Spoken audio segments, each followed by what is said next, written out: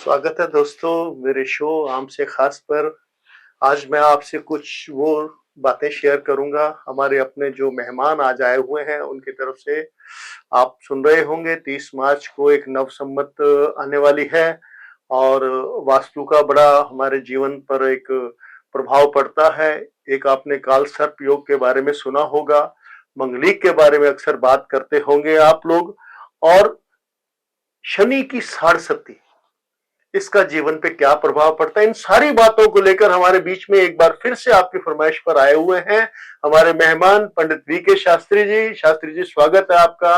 हमारे दर्शकों को बहुत दुविधाएं हैं शास्त्री जी, मुझे बहुत फोन आए कि शास्त्री जी का प्रोग्राम आपने छोटा सा रखा।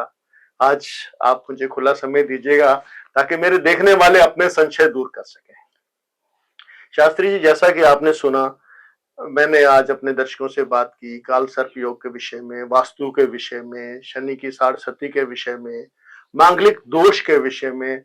अक्सर लोगों में ये भावनाएं तो पाई जाती हैं कि ये है वो है, परंतु इसके क्या कारण हैं, इसके क्या उपाय हैं। आज जरा आप साइंटिफिक तरीके से भी इन बातों को जरूर समझाएं ताकि लोग दुविधा में ना रहें। देखिए, सबसे पहले तो दर्शकों को नमस्कार। और आपने तो हरि जी सारी निचोड़ ही निकाल दिया बातों का। आम आदमी के परिवार में यही बात होती है और जो करोड़ों लोग हैं वो ये बात सुनना भी चाहते हैं, क्योंकि ये हमारे जीवन से जुड़ी हुई बातें हैं। आपने सबसे पहले मुझसे पूछा कि संवत आरंभ हो रहा, संवत क्या है? संवत हमारा चैत्र प्रतिपदा से शुरू होता है, विक्रम संवत होता है हमारा। ये शुरू हो जाएगा 30 तारीख से। नव संवत का आरंभ होगा। इस संवत का राजा सूर्य और मंत्री भी सूर्य है। पहले जब प्राचीन काल में जो राज्य होते थे वहां राज पुरोहित होते थे, वो संवत की गणना करते थे और संवत जिस दिन नया लगता था उस दिन राजा ब्राह्मणों के चरण धो करके प्रणाम कर करके उनसे संवत का हाल पूछता था कि इस साल कितनी वर्षा होगी, कहाँ बीमारियां होंगी, कितना अन्न पैदा होगा, राज्य में कोई आक्रमण तो नहीं होगा।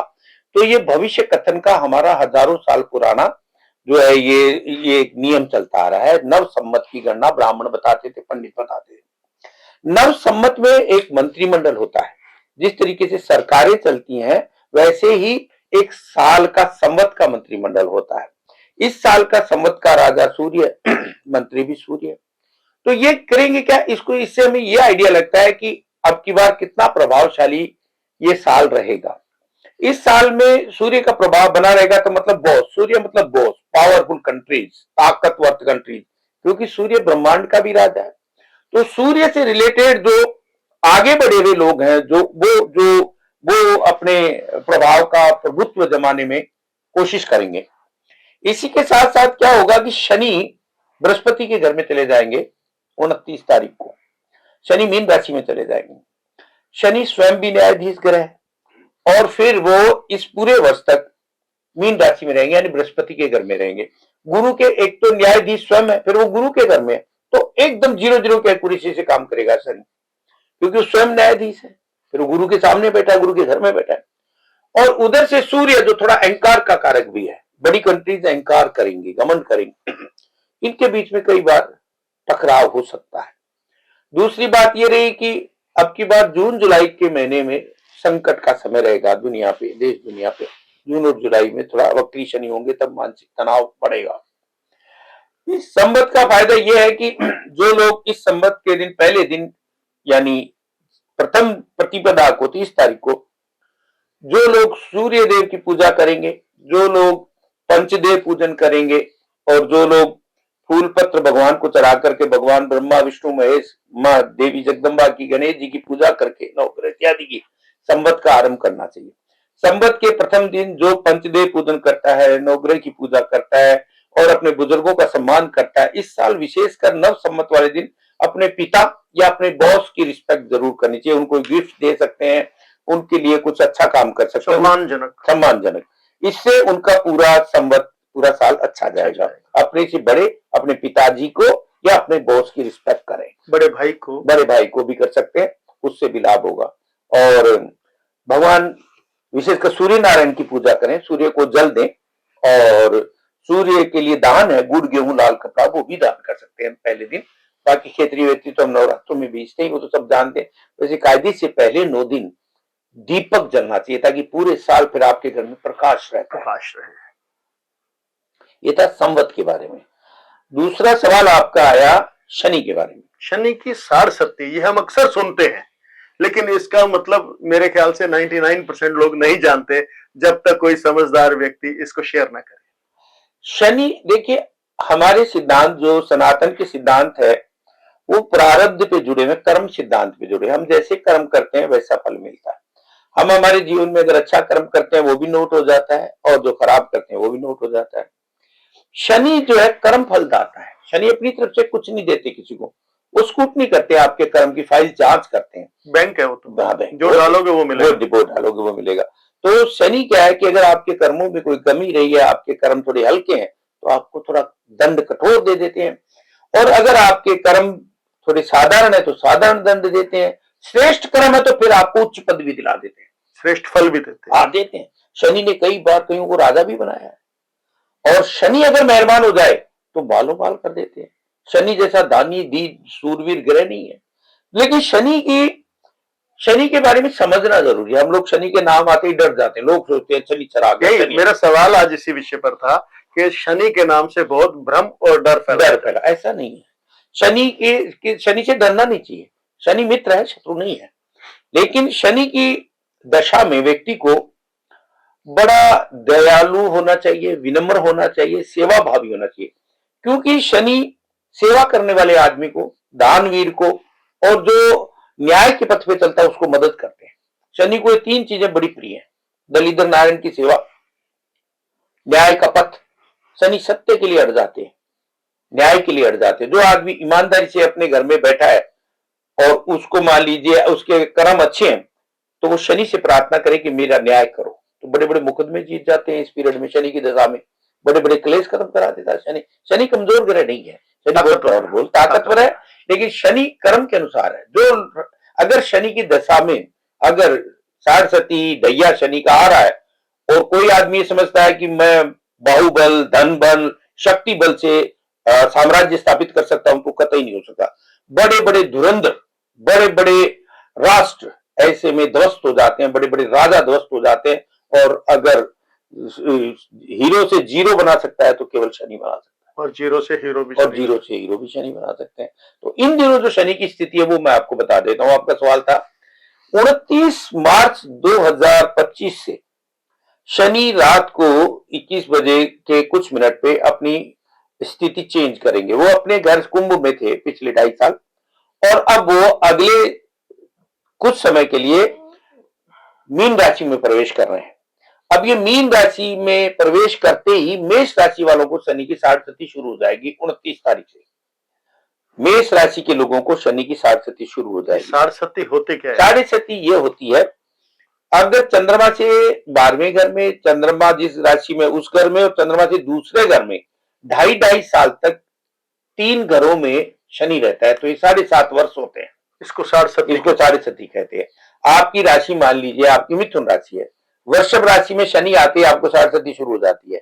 मिथुन राशि में जाता है तो फिर मध्य में आ जाता है, फिर कर्क राशि में भोग के बाद में जब सिंह राशि में निकलता है तो साढ़सती उतरती। उदाहरण के तौर पर तो ये साढ़सती जो है ये क्या करती है, ये साढ़सती आपको 90% क्या है, 95% संसार में पाप है, 5% पुण्य है। अभी जो है वो 19 विश्वा पाप है।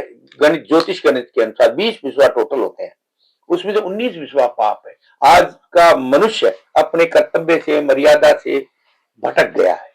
तो जब तक आप आध्यात्मिक थे जब तक आप भक्ति भाव में थे, पूजा पाठ करते थे, दान पुण्य करते थे, मर्यादाओं का पालन करते थे, न्याय के पथ पे चलते थे, सत्य के पथ पे चलते थे, तो तब क्या है कि शनि कम कष्ट देते थे। लेकिन आजकल शनि इमीडिएट अपना फल दिखाते हैं, क्योंकि हमारे पास पुण्य नहीं है। पुण्य हमारा अमृत है, हमारे पास है ही नहीं। तो पुण्य समाप्त हो जाने पे कष्ट अधिक आता है।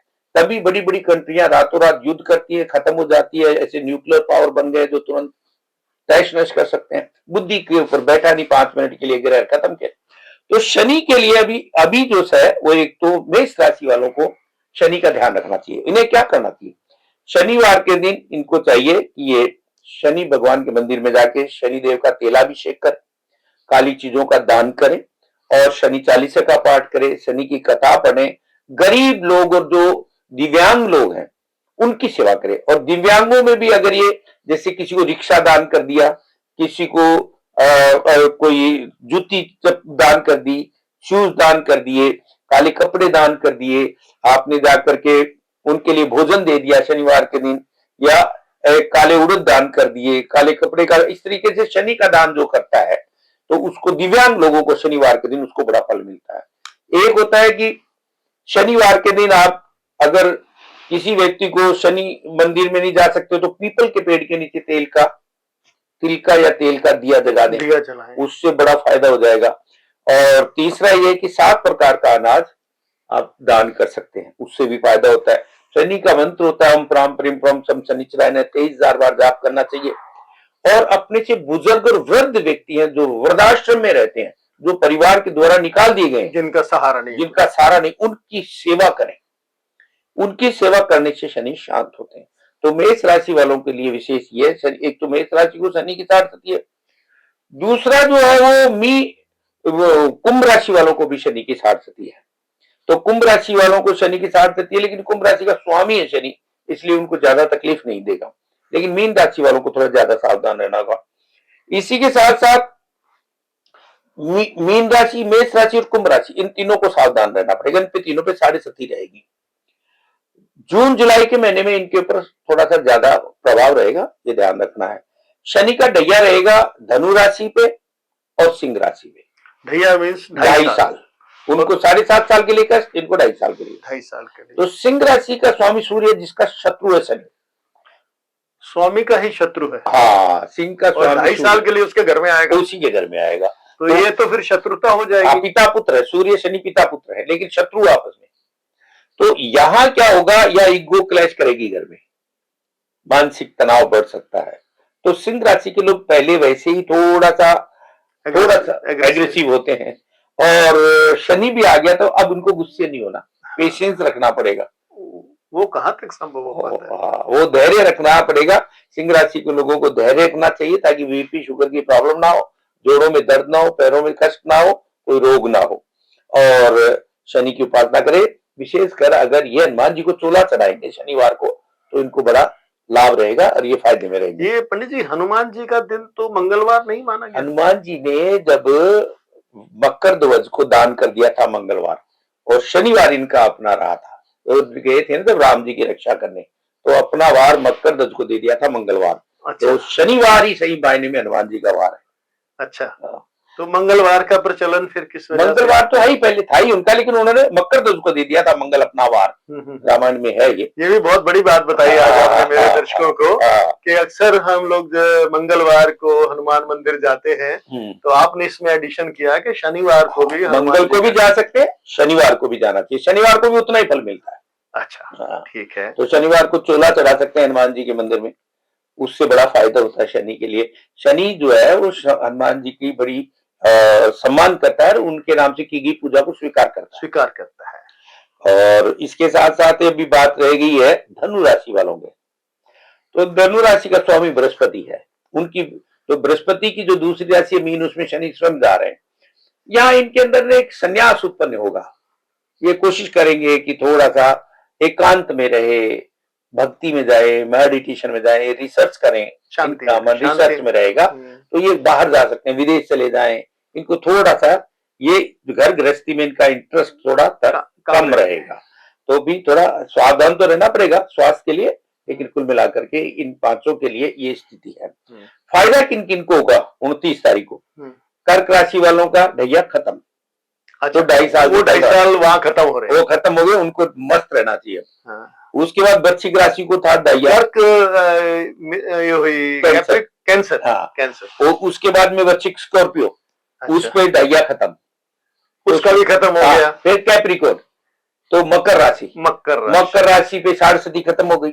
हाँ, उस मकर राशि में तो 7.5 साल था। हाँ, अब वो खत्म होगी। तो मकर राशि वालों कैप्रिकॉर्न पे जो शनि की साढ़ सती थी वो 30 तारीख को खत्म। हाँ, वो खत्म हो गई। और वृश्चिक राशि वालों पे खत्म हो गया ढैया, और कर्क राशि पे था। ये तो इनके लिए था।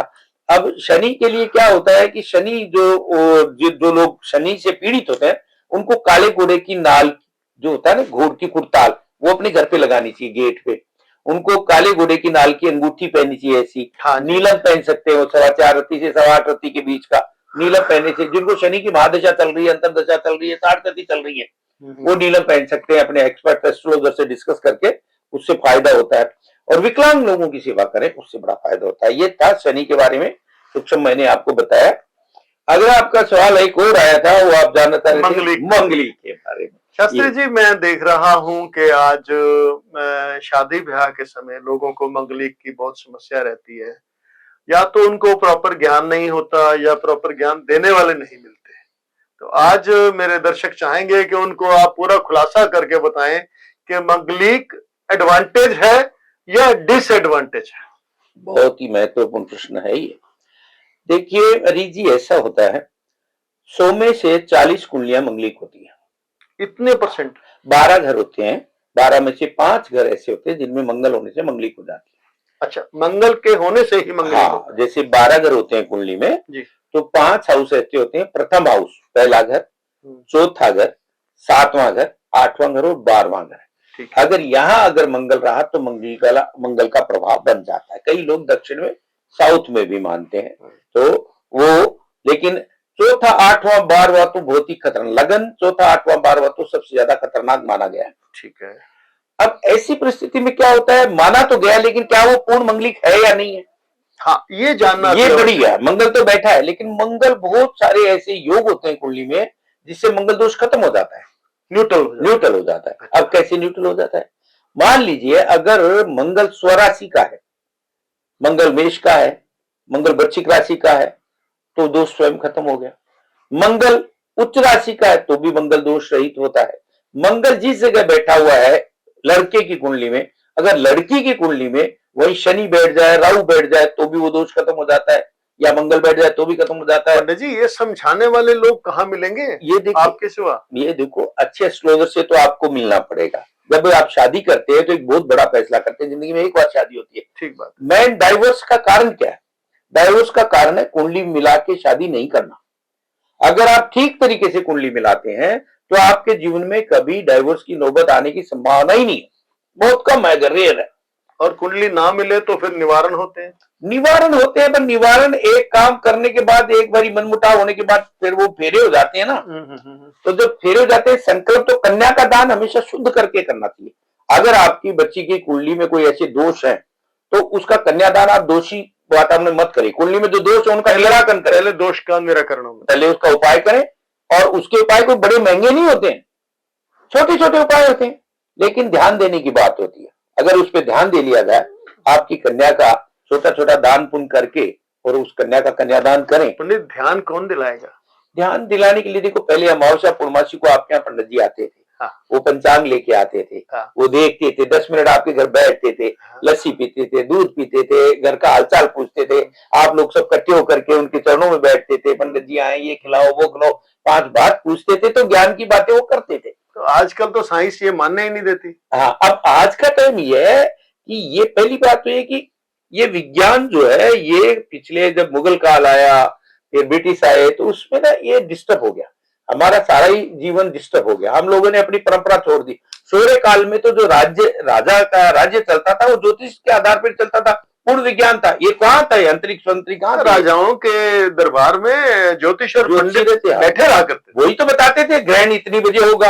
अब ग्रहण की कैलकुलेशन आज से 1000 साल 2000 साल पहले ज्योतिष में की हुई है। हम ग्रहण के हिसाब से चलते हैं।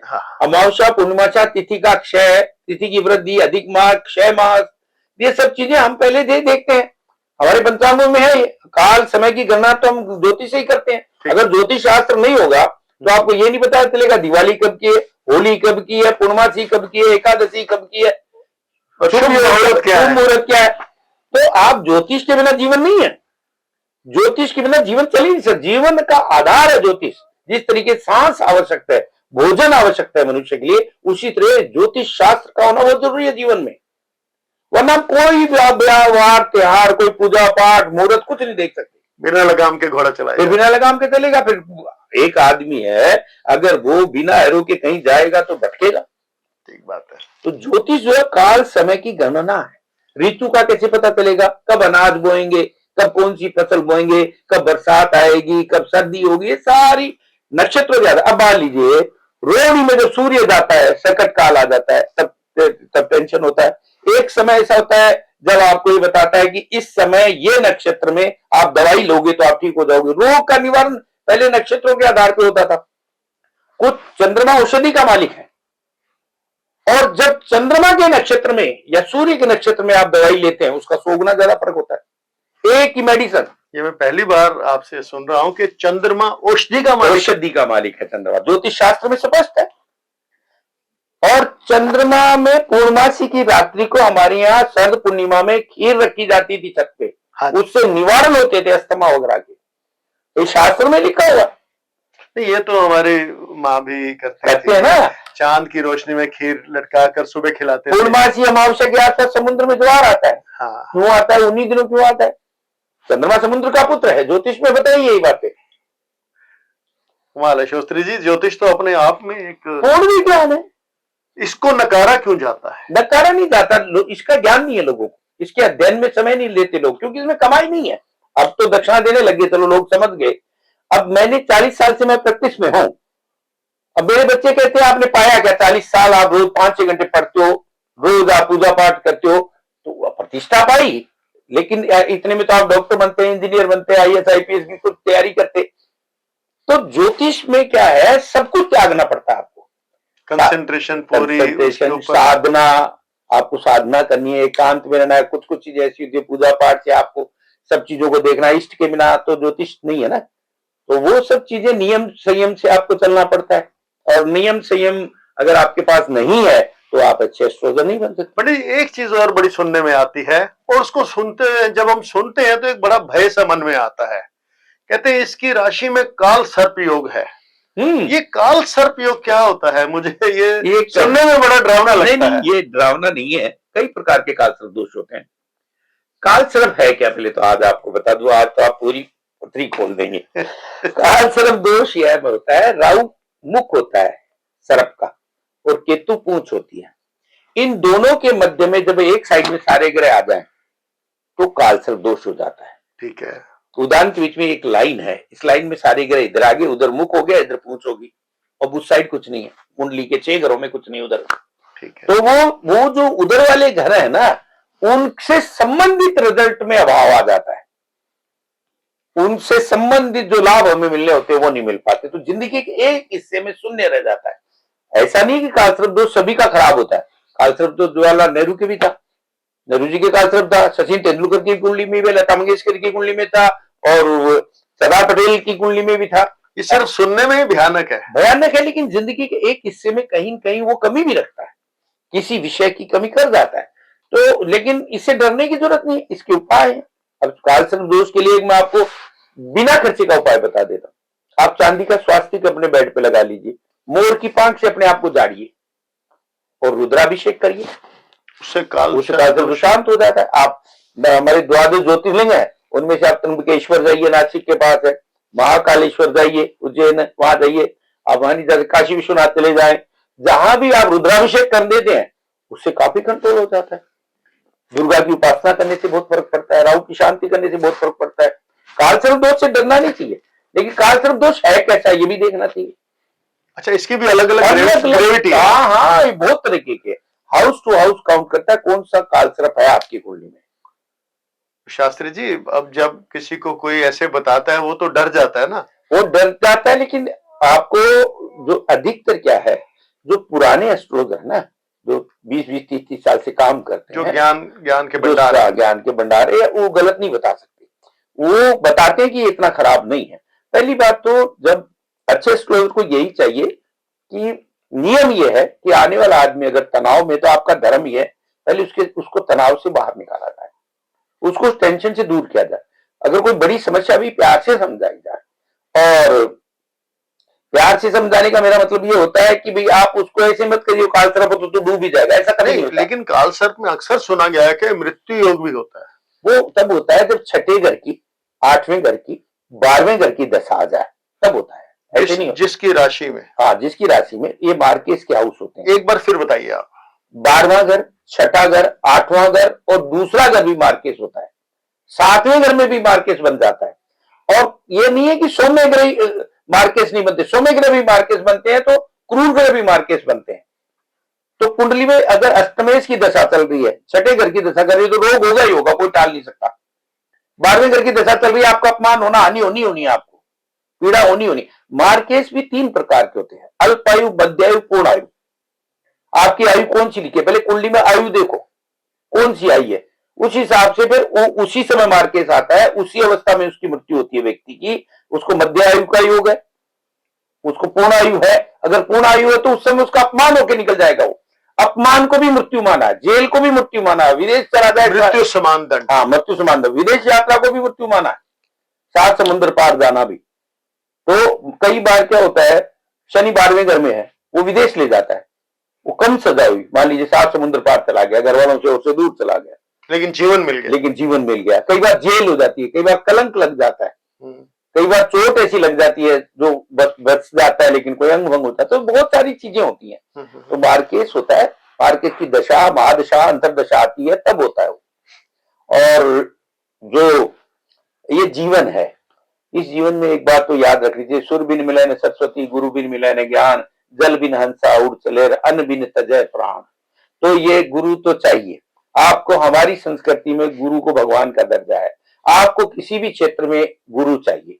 आप एक्सपर्ट के बिना लाइफ पे चलते हैं तो फिर आप भटकते हैं, गुरु बिना गत नहीं। हाँ, तो हमारी शास्त्रों ने दशांश बताया, दान, आप अपनी इनकम का 10%, 5% गरीबों के लिए, नीडी पर्सन के लिए दान पुण्य करो, है ना। आप पीपल की सेवा करो, आप तुलसी की सेवा करो, आप केले की पूजा करो, आप नदियों की पूजा करो, आप पहाड़ों की पूजा करो, ऐसे तो ना बताया कोई भी हिंदू सनातन धर्म में जितने हमारे शास्त्र हैं, वेदांग है ना, 4 वेद है हमारे, तो 4 वेदों में और जो महत्वपूर्ण चीज लिखी है, वो ज्योतिष जो है ना, वो वेद का अंग है, चक्षु है, आंखें हैं, ज्योतिष। जितना अगर कुछ भी जो वेदों में लिखा है, यज्ञ हवन पूजा पाठ ज्योतिष के बिना नहीं हो सकता, ज्योतिष की आंखों से देखना पड़ेगा। हाँ, अग्नि का वास देखना पड़ेगा हवन के समय, अग्नि का वास पृथ्वी में है, पाताल में है, कौन से लोक में है, आप हवन कर रहे हो, वो हवन लगता क्यों नहीं है, आप अग्नि का वास नहीं देखते हैं। अग्नि का वास देख के पूजा करनी चाहिए, हवन करना चाहिए। विशेष यज्ञ कर रहे हैं तो, जनरल कर रहे हैं तो कोई बात नहीं। कुल मिला के ये हुआ कि जब तक ज्ञानवान पंडित सामने नहीं है तो फिर अधूरी पूजा या अधूरे ज्ञान का तो नुकसान ही होगा ना। सर विवाह का देखो ना, बृहस्पति का बल, सूर्य का बल, चंद्र का बल, ये देखे जाते हैं। अगर ये तीनों बल बराबर नहीं मिलते हैं तो विवाह का मुहूर्त ही नहीं बनता। तो हम सोचते हैं कि सारे ज्योतिषी जो एक ही दिन क्यों साया निकाल देते हैं, हाँ, भाई इतनी तारीख को इतनी शादियां हो रही हैं। और जैसे धन के सूर्य में क्यों नहीं होती, 15 दिसंबर से 15 जनवरी तक शादियां क्यों नहीं होती, सवाल है ना ये। तो हम पागल तो नहीं है, हमारे यहाँ डॉक्टर, इंजीनियर, IAS IPS सब है, सब पढ़े लिखे हैं, लेकिन वो भी नहीं करते, क्योंकि जब पता है कि ये नुकसान करेगा। 15 दिसंबर से 15 जनवरी के बीच में शादियां, हमारे यहाँ धन का सूर्य रहता नहीं है, मकर की संक्रांति के बाद 14 जनवरी के बाद विवाह शादियां शुरू होती हैं। हाँ जी, ऐसी मीन की संक्रांति में नहीं होती है। बहुत सारे ऐसे योग होते हैं, उन योगों में होती, पुक नक्षत्र में शादियां नहीं होती। लोग कहते हैं ना, शादी ऐसी तक काट दीजिए, बना दिया जी, हमने तो बना दिया जी, शादी निकाल दी। कल परसों एक आदमी आया, कहता जी मैंने तो है ना शादी रद्दी कब की रखी है जी, बस मैंने तय कर लिया, बढ़िया दिन है, उस दिन पुक नक्षत्र था। अब मैंने बोला यार, पुक नक्षत्र में तो शादी होती नहीं, तुमने कैसे कर दी? कि महाराज हमने तो गांव में किसी से पूछ लिया, उन्होंने कहा कर दो। तो मैंने बोला देखो, इस शास्त्र का प्रमाण मैंने भेजा कि अगर तूने मेरे से बात करी है तो ये वाली बात, फिर उन्होंने कैंसिल की, वो शादी आगे बढ़ाई। शास्त्री जी, समय का अभाव है, बातें बहुत है। समुद्र शास्त्र को लेकर भी कुछ भ्रम है। बिल्कुल है। पहली बात तो मैं ये जानना चाहूंगा, ये समुद्री शास्त्र है क्या? हाँ, बहुत अच्छी बात। समुद्र शास्त्र क्या, हमारे शरीर में ना, हमारे चेहरे पे 9 ग्रह हैं। हमारी जो दाहिनी आंख है ना, वो सूर्य है, राइट साइड की आईज ये सूर्य से चलती है, बाई साइड की आंख हमारी चंद्रमा से चलती है। हमारी ये जो निशान है, ये शुक्र से चलते हैं। हमारे दांत मंगल से चलते हैं। हमारी ठोड़ी शनि को रिप्रेजेंट करती है। हमारे बाल केतु हैं। तो ये 9 ग्रह हमारा चेहरा है 9 ग्रह। आपको फेस को देख करके, आपके शरीर के लक्षण देख के ये बताया जा सकता है कि आप कौन से ग्रह से प्रभावित हैं और कौन सी चीज अच्छी है। भगवान ने आप जानते हैं करोड़ों लोग बनाए, सारे एक जैसे क्यों नहीं बनाए? हाँ, सब भिन्न। दाई तो एक ही है, एक फिर भी बच्चा सब भिन्न है। एक बच्चादानी से बच्चा पैदा होता है, लेकिन सब भिन्न क्यों है? कारण है उसका क्या है? ये सारे कर्म के अनुसार है। उसके ग्रह से ग्रह नक्षत्र 3 या 4 मिनट में भी उपपद चेंज हो जाता है ज्योतिष में।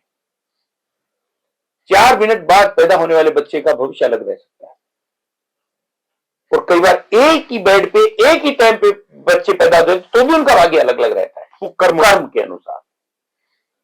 फिर आपका काल, समय और स्थान, किस कुल में पैदा हुए, उसकी मां के कैसे ग्रह, उसके पिता के कैसे ग्रह, और जहां पैदा हुए उस वक्त वो स्थान, वहां क्या पोजीशन है, बहुत चीजें ऐसी होती हैं। ज्योतिष बहुत बड़ा विज्ञान तो इसे समुद्र शास्त्र कहा गया है। समुद्र शास्त्र क्या गया? शारीरिक लक्षण देख करके ज्योतिष बताना। जैसे पहले हम कहते थे ना, ये कन्या के पैर शुभ है, हमारे घर में आई मालो माल कर दिया, ठीक है। तो शरीर के लक्षण होते हैं, पैर पैर के चिन्ह होते हैं, कौन सी उंगली बड़ी है, कौन सी जीती है, वो पैर कैसे रखती है, वो पैर उसका पहला कौन सा पड़ता है, बाद में कौन सा पड़ता है। ऐसे ही पुरुष का ऊंचा मस्तक है, कानों में बाल है, ये बड़े शुभ होते हैं। उसके चेहरे पे कोई निशान है, तिल का निशान है, ये सब चीजें ज्योतिष से जुड़ी हुई। शास्त्री से तो आपने बड़ी मतलब अलग सी बात बताई कि चेहरे को देखकर भी ज्योतिष चलता है। बताया जाता है। हाथ क्या है, केमिस्ट्री भी देख के बताया जाता था। नहीं, हाथ का सुना हुआ है, हाथ का, मस्तक की रेखाओं का सुना हुआ है, मस्तक की रेखा, यही सब। लेकिन ये ज्ञान तो आज एक मेरे लिए भी नया है कि हमारी आंखें सूर्य और चंद्रमा को रिप्रेजेंट करती हैं। सर, आपके शरीर की गंध देख करके भी आपके बारे में बताया जाता है। हर प्रत्येक व्यक्ति की गंध अलग अलग है। आज का ये एपिसोड में आपने बहुत बहुत ही जरूरी बातें बताई हैं, और मैं समझ सकता हूं कि मेरे दर्शक जो मुझे बार बार फोन करके इस चीज के लिए प्रेरित कर रहे थे कि शास्त्री जी को एक बार फिर बुलाया जाए, तो मुझे अब लगता है कि उनकी डिमांड ठीक थी। नहीं, वो भी सही है। इस साल एक काम जरूर कर लें, गायत्री मंत्र करें, सूर्य नमस्कार करें, छोटी छोटी सी बात, और हो सके उतना छोटा मोटा दान पुण्य करें। शास्त्री जी, मैं समझता हूं कि ये जो कुछ आपने बताया मेरे दर्शकों की जिंदगी में परिवर्तन लाने के लिए काफी होगा, और नहीं होगा तो आपसे फोन करके वो बात भी कर, वो आपकी बात वास्तु की जो थी उसमें एक छोटी सी मैं ऐड कर देता हूं। उसी बात पे आ रहा हूं कि आजकल जो है घर बनाने के लिए, फैक्ट्री बनाने के लिए, बिजनेस चलाने के लिए, या बहुत छोटी से छोटी इमारतों के लिए वास्तु का प्रचलन बहुत ध्यान में रखा जाता है। वास्तु का प्रचलन ध्यान रखना चाहिए। वास्तु क्या है? एनर्जी का बैलेंस, 5 तत्व को बैलेंस करना, भार और ऊर्जा का बैलेंस। वास्तुशास्त्र आज का नहीं है। अब आचार्य वारामहर की पुस्तक पढ़िए, वृद्ध संहिता। वैसे तो बहुत सारी पुस्तकें हैं जिनमें ये है। वास्तु में सबसे पहले हमें ये देखना है जमीन खरीदते समय कि वो जमीन का रंग, भूमि का रंग होता है, वर्ण होता है भूमि का, आप जहां रहते हैं उसके आसपास का, वो देखना चाहिए। फिर उसमें ये प्लॉट खरीदते समय ये देखना चाहिए कि उसका नॉर्थ ईस्ट कटा हुआ नहीं होना चाहिए। नॉर्थ ईस्ट बहुत इंपॉर्टेंट है वास्तु में। आपके घर में नॉर्थ ईस्ट में टॉयलेट नहीं होना चाहिए, वहां सीढ़ियां नहीं हो, वहां स्टोर नहीं हो, वहां कोई वेद नहीं हो। जितना नॉर्थ ईस्ट क्लीन होगा, साफ होगा, बढ़ा हुआ होगा, उतना ही आप तरक्की करेंगे। पहली बात। दूसरा ये है कि आप अपना घर बनाते समय उसमें क्या क्या कहाँ होना चाहिए। अगर आपके पास समय है और आप जानना चाहेंगे तो मैं वो बता दूंगा कौन सी जगह क्या होना चाहिए, लेकिन आपका ये वीडियो मुझे लगता है बहुत लंबा हो जाएगा। कोई बात नहीं, कोई बात नहीं, चलिए। अच्छा, तो आप क्या जानना चाहते हैं घर के बारे में, मुझे बताइए। मैं ये जानना चाहता हूँ शास्त्री जी के वास्तु, मैंने बहुत से लोगों से बात की, लेकिन बात फिर वही आ जाती है कि वो कहते हैं अच्छा चलो बन गया है टॉयलेट गलत जगह पे, चलो हम अब ये कर देते हैं, निवारण कर देते हैं। आपने वास्तु में, मैंने भी सुना है, मेरे दर्शक भी जानते हैं कि नॉर्थ ईस्ट कोण को बहुत महत्वता दी गई है। नॉर्थ ईस्ट बोले तो उत्तर पूर्व, बृहस्पति का कोना है ये, वास्तु का मुख है ये किस लिए? ये इसलिए कि वास्तु जो है, वास्तु जो लेटे हुए हैं उनका मुख है नॉर्थ ईस्ट में और पैर है साउथ वेस्ट में। तो मुख है, किसी के मुख के ऊपर आप गलत चीज नहीं रख सकते। वहां मंदिर तो बना सकते हैं, वहां जल स्रोत कर सकते हैं, जल कट्टा, वहां कोई बोरिंग कर सकते हैं, वहां कोई अपनी वाटर टैंक बना सकते हैं, लेकिन आप वहां टॉयलेट नहीं बना सकते। उससे पूरे घर के अंदर नेगेटिविटी फैल जाती है। तो एक तो ये नॉर्थ ईस्ट का इसलिए मंदिर है कि नॉर्थ ईस्ट बना है, बृहस्पति का कोना है, ये बना ही पूजा पाठ के लिए। और धन का कौन सा कोना है? धन का कोना उत्तर है। उत्तर, धन का कोना भी उत्तर है। हाँ, कुबेर, उत्तर कुबेर जो है वो कुबेर की दिशा नॉर्थ है। नॉर्थ ईस्ट बृहस्पति की, गुरु की दिशा है। और जो ईस्ट है वो सूर्य की दिशा है। साउथ ईस्ट है वो शुक्र की दिशा है। जो साउथ है वो मंगल की दिशा है। साउथ वेस्ट राहु की है।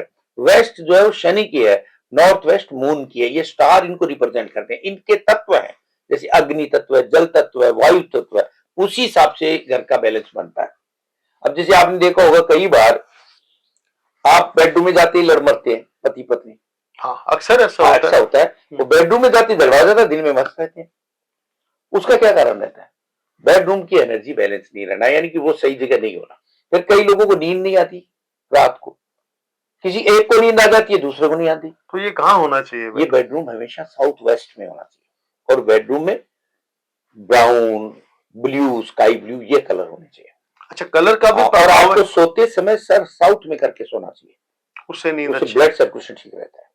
साउथ में, दक्षिण में सर करना वास्तु में बताया गया है। तो वास्तु में अगर बेडरूम साउथ ईस्ट हो तो ईस्ट साउथ में ठीक रहता है, वो भी शुक्र का कोना है, रिलेशन तो रहते हैं, लेकिन वो उतना प्रभावशाली व्यक्ति का प्रभाव कम हो जाता है। उसका प्रभाव जो रहना चाहिए वो उतना नहीं बन पाता, थोड़ा मन में चंचलता आ जाती है, स्थिरता नहीं रहती। और अगर नॉर्थ ईस्ट में बेडरूम वो तो बिल्कुल गलत है। नॉर्थ ईस्ट में तो बेडरूम होना नहीं चाहिए। होना नहीं चाहिए। अब फ्लैट है, उन्होंने वास्तु से तो बनाया नहीं, लिया नहीं, और नॉर्थ ईस्ट में घर बेडरूम आ गया, तो क्या करें? नॉर्थ ईस्ट में अगर बेडरूम है तो बच्चों को दे दे, स्टडी रूम बना ले उसका। स्टडी के लिए अच्छा स्टडी के लिए अच्छा है। लाइब्रेरी, उसमें किताबें रख दे, पुस्तक धार्मिक किताबें रख दे, उसमें तिजोरी भी रख सकते हैं। ऐसा काम करें जिसमें गंदगी ना हो, पवित्रता हो। सफाई और पवित्रता रहे। घर में बुजुर्गों के लिए कौन सा कोना होना चाहिए? सबसे बढ़िया जो सीनियर बुजुर्ग है, साउथ वेस्ट का ही कोना होना चाहिए उसका। South west. साउथ वेस्ट में बुजुर्ग खुश रहते हैं। अब साउथ वेस्ट में आप किचन भी प्रेस्क्राइब करते हैं? नहीं, साउथ वेस्ट में किचन, साउथ ईस्ट में किचन, साउथ ईस्ट में। साउथ ईस्ट में किचन होना चाहिए। अग्नि तत्व है, ये अग्नि कोण है। अच्छा अच्छा, चलिए शास्त्री जी, बहुत अच्छा लगा आज आपसे बात करके। उम्मीद है मेरे दर्शकों का काफी संशय आपने दूर किया। चीजें अगले एपिसोड में बताएंगे। और कुछ बताना चाहेंगे आप दर्शकों के लिए? स्टेयर बनाते समय भी ध्यान रखें, पैसा रखते समय ध्यान रखें, अपना रसोई में सिंक बनाना कहाँ उसका ध्यान रखें। मिरर साउथ की वॉल पे नहीं लगाएं। घर में बेडरूम में मिरर हो तो उसे ढक के रखें। एक नॉर्थ ईस्ट में छोटा सा मंदिर जरूर बनाएं, भगवान की प्रार्थना जरूर करें, रोज उठ के तुलसी में पानी दें, देव दर्शन करें, हाथों के दर्शन करें, अपने बुजुर्गों को प्रणाम करें, और विनम्र रहें और प्रभु पे भरोसा रखें। सबसे बड़ी बात है, किसी इष्ट देव का सिमरन जरूर करो। बड़ों का जहां सम्मान होता है ना, उस घर में वैसे ही आनंद रहता है। आपको अपने बड़ों का, माँ बाप का, बुजुर्गों का, उनकी आपने सेवा कर ली, ये भी बहुत बड़ा काम है। इससे भी सुख शांति बनी रहती है। दोस्तों, जैसा कि मैंने आपसे प्रॉमिस किया था, शास्त्री जी को एक बार फिर मैं अपने एपिसोड में लाऊंगा। आज मुझे इनसे समय मिला। उम्मीद है शास्त्री जी की बातें आपके जीवन में बदलाव का कारण बनेगी, और ऐसे ही देखते रहिए, हौसला बढ़ाते रहिए। हमसे खास शास्त्री जी ने भी एक खास मुकाम हासिल किया है, जिसके लिए मैं उनको बहुत बहुत मुबारकबाद देता हूँ। और धन्यवाद शास्त्री जी, हमारे शो में आने के लिए, एक बार फिर से समय देने के लिए। शुक्रिया आपका, आपने याद किया और मुझे अपने विचार प्रकट करने का अवसर मिला, इसके लिए आपका बहुत बहुत धन्यवाद। धन्यवाद। नमस्कार।